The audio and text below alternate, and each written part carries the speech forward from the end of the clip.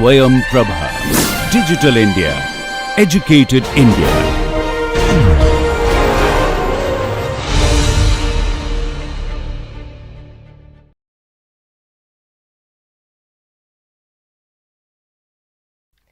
Welcome. In today's session, we will look at carcinoma pancreas.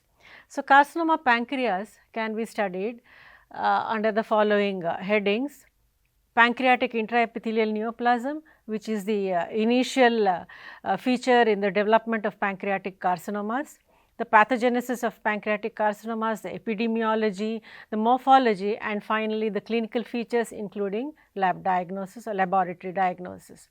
Pancreatic carcinoma or pancreatic cancer, when we say, we relate specifically to pancreatic ductal adenocarcinoma, which is the most common type, and that arises from the exocrine part.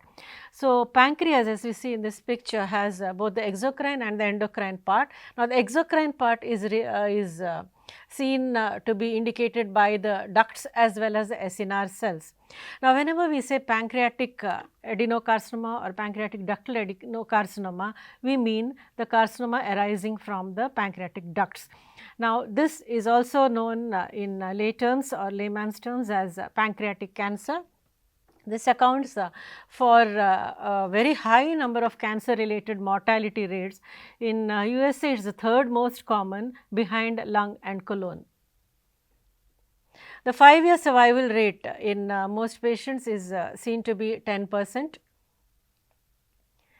The precursor lesions in this is PANN, or otherwise expanded to form pancreatic intraepithelial neoplasm, and others precursors are seen for mucinous neoplasms, which include mucinous cystic neoplasm and intraductal papillary mucinous neoplasm.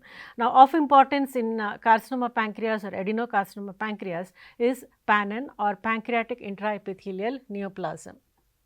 Now, the importance of this is that it is seen that in most of the patients with pancreatic ductal adenocarcinoma, adjacent to that there is a high grade PANN present.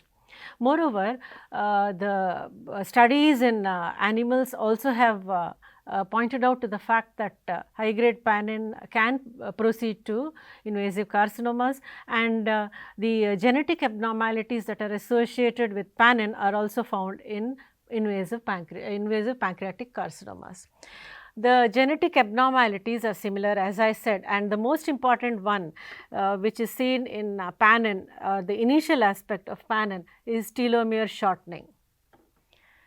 Now, this is a picture depicting the progress of the neoplasm and the genetic abnormalities seen from PANN to invasive carcinoma. So, in PANN we get telomere shortening, then activating K-ras mutations. Now, this causes the low grade PANN to proceed to high grade along with the inactivation of CDKN2A. Now, high grade PANN, there will be mutations of TP53, SMAD4 and BRCA2, either mutations or deletions. Basically, there will be abnormalities in these genes, and as a result of that, the high grade PANN will proceed to an invasive adenocarcinoma. So, what exactly is PANN? PANN or pancreatic intraepithelial neoplasm is a well defined lesion which is non-invasive and starts from the small ducts, therefore, it is microscopic lesion. There are two types, low grade and high grade. So, initially whenever there is a telomere shortening, it becomes a low grade PANN. This telomere shortening causes the epithelial cells to become susceptible to further mutations and epigenetic alterations, etc., and therefore, these mutations will accumulate, giving rise to high grade PANN and subsequently to neoplasm or invasive neoplasm. Okay, this is a histopathological picture of pancreatic intraepithelial neoplasm depicting an enlarged duct with multiple papillary projections showing an isonucleosis and high grade features. So, the pathogenesis of pancreatic carcinoma involves multiple genes. It is not just a single gene that causes the malignancy, but it is a multi-step progression, and these involve usually somatic mutations and epigenetic silencing of the oncogenes, the tumor suppressor genes, and of course, DNA methylation. So, this picture which we have noted earlier also, we can make out low grade PANN with telomere shortening activating K-ras mutations as the initial genetic abnormalities, followed by inactivation of CDKN2A. Then the high grade malignancy, before it proceeds to invasive carcinoma, we get inactivation of TP53, SMAD4 and BRCA2 in predisposed individuals. So, telomere shortening is characteristic of PANN. The most frequently observed genetic mutations accounting for up to 90 to 95% of the cases is K-ras mutation involving the chromosome 12p. Now, K-ras is a small enzyme which is responsible for transporting signals from the receptors downstream and activating MAPK as well as P13 AKT pathways, and thereby it is the signal is transferred to the nucleus. So, what happens is this has intrinsic tyrosine kinase activity also. So, whenever it is enhanced, this causes an increase in cell proliferation. It induces the cell to go on proliferating.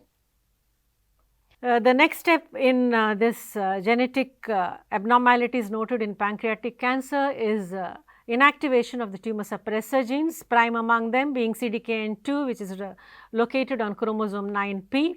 It accounts for approximately 30% of mutational changes which are noted. CDKN2 encodes for two genes which are very important for cell proliferation, and that is P16-INK4A, that is an inhibitor for cyclin dependent kinases, and the other is ARF, which augments P53. The next gene of importance is SMAD4, located on chromosome 18q, and this is seen to be abnormal in 55% of the cases. SMAD4 also is known as depleted in pancreatic cancer 4, and this is usually used for detection of pancreatic carcinomas. Signal transduction occurs from TGF beta receptors, that is how it performs its action normally. Now, the next gene is TP53, located on chromosome 17p. It is deleted or inactivated in 70 to 75% of the cases, and this results in the cell not undergoing apoptosis even if it is abnormal or there are accumulations of abnormal mutations. So, the cell growth continues. Now, all these genes together are responsible for varying degrees of cell proliferations seen in pancreatic carcinomas. So, other changes that are seen are epigenetic changes involving DNA methylation. There can be hypermethylation or hypomethylation. Hypermethylation usually causes CDKN2 silencing, and hypomethylation causes GATA6 as well as BRD4 overexpression in these tumors. Now, gene expression profile studies carried out have resulted in two prognostically important subtypes, and these are the classical ones with good prognosis and the basal like tumors with unfavorable or aggressive prognosis. So, most of these cases occur in the age group of 60 to 80 years, and certain groups are found to have a predilection for development of pancreatic carcinomas, and these include the African Americans, Ashkenazi Jews, the Japanese Americans and the native Hawaiians. In some patients, familial tendency has also been seen. This accounts for 10% of the carcinomas of pancreas, and this is associated with the germline mutation in cancer predisposing gene, especially BRCA2. The others involved include BRCA1, PALB2, ATM. So, they are looking for targeted therapy for patients affected with these cancers or patients having these germline mutations. So, environmental factors also play a big role, especially cigarette smoking, which doubles the risk of pancreatic carcinoma of the ductal adenocarcinoma type, and a diet rich in saturated fats. Now, chronic pancreatitis, because of the constant repair changes that occur in such cases, also predisposes to mutational changes and therefore to invasive carcinomas. Diabetes mellitus, it predisposes to pancreatic carcinoma. At the same time, in sometimes development of diabetes mellitus may be the first sign of an existing pancreatic carcinoma in the patient. Visceral obesity and smoking are also associated with an enhanced risk for development of pancreatic cancer. There are several associated syndromes, prime among them being Peutz-Jeghers syndrome, hereditary pancreatitis associated with PRSS1 and SPINK1. Peutz-Jeghers is seen with STK11. Then the FAM syndrome, that is familial atypical mole melanoma syndrome associated with CDKN2A. Hereditary breast and ovarian cancer, that is BRCA1 and 2, PALB2 and ATM as specified earlier. And lastly, HNPCC, that is hereditary non-polyposis colorectal cancer syndrome, in which MLH1, MSH2 and PMS2 are responsible, and right now they are looking for immune checkpoint inhibition therapy in these patients. So, moving on to the morphology, let us have a look at the specimen grossly of ductal adenocarcinoma pancreas. So, grossly it usually involves the head, about 60% of them, then body and tail account for 15 and 5% respectively. Rarely, in 20% of the cases, it can be diffuse or multiple. It invades peripancreatic tissue and has intense desmoplasia. This intense desmoplasia is responsible for it to have a hard and a grey appearance. It is usually stellate and poorly defined margins. So, the margins cannot be well defined. It is seen in the picture here, and this is the duct and this is the body of the pancreas. So, this here is the head of the pancreas with the tumor. This side is your mucosa of the duodenum. Because it involves the head of the pancreas, we know that the bile duct passes through that. So, as a result, it may give rise to distal bile duct obstruction. Microscopically, this lesion is characterized by a high degree of invasion and intense desmoplasia. The desmoplasia is quite a lot, and in fact, whenever a biopsy is taken, sometimes it becomes very difficult to distinguish whether it is a well differentiated ductal adenocarcinoma with dysplasia and inflammation, or it is a case of chronic pancreatitis with repair atypia.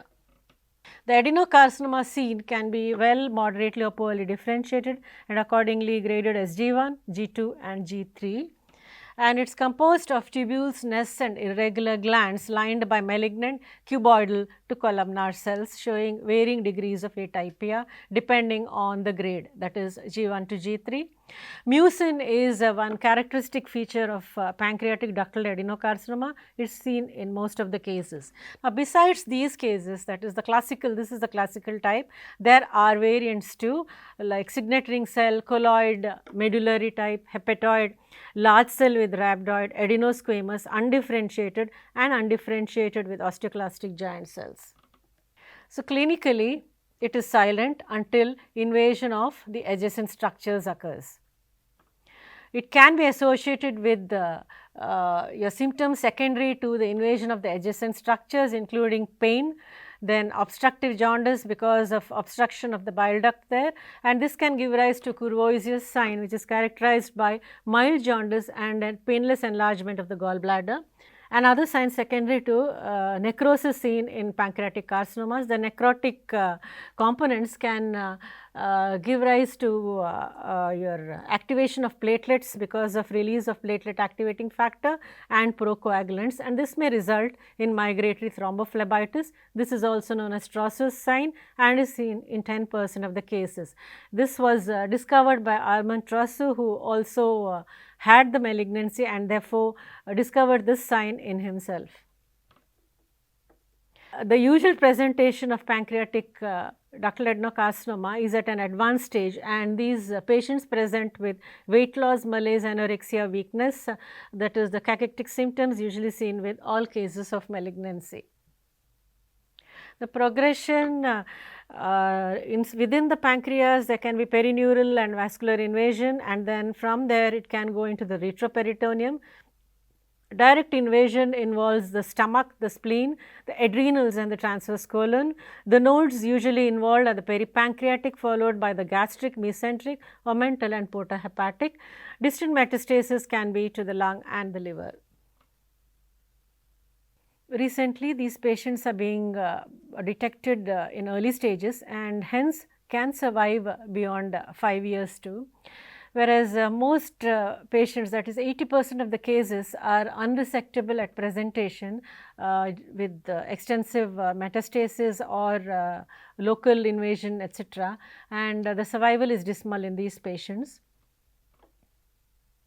Staging of resected specimens follows the American Joint Committee on Cancer 8th edition system of PTNM, in which we grade the tumor size into PTIS to 4, IS is for in situ. PT1 is divided into 1A, 1B and 1C. If it is less than 0.5 centimeters, it is PT1A, and PT1B is 0.5 to 1 centimeters, and PT1C is 1 to 2 centimeters.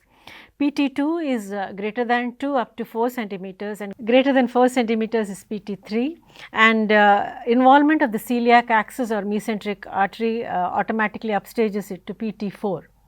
Now, N0 is when there are no nodal involvement, and N1 is 1 to 3 regional lymph nodes, that is ipsilateral, and N2 is 4 plus lymph nodes. Early detection has been attempted by imaging involving ultrasonography as well as computerized tomography. Elevated serum CA 19-9 and CEA are seen more often in pancreatic carcinomas. CA 19-9, also known as carbohydrate antigen 19-9, is Lewis blood group antigen and is thought to be specific for pancreatic carcinomas, can be used for detection. However, it is not been used in a widespread manner to avoid any false positive results. CEA or carcinoembryonic antigen is used both prognostically and for detection. So, elevated levels of this are seen in pancreatic carcinoma, and it can be used to monitor the effects of therapy as well as post resection. So, this concludes pancreatic carcinoma and its morphology as well as its precursor lesions, its epidemiology and the clinical features. So, to summarize, carcinoma pancreas is one of the leading causes of cancer related mortality.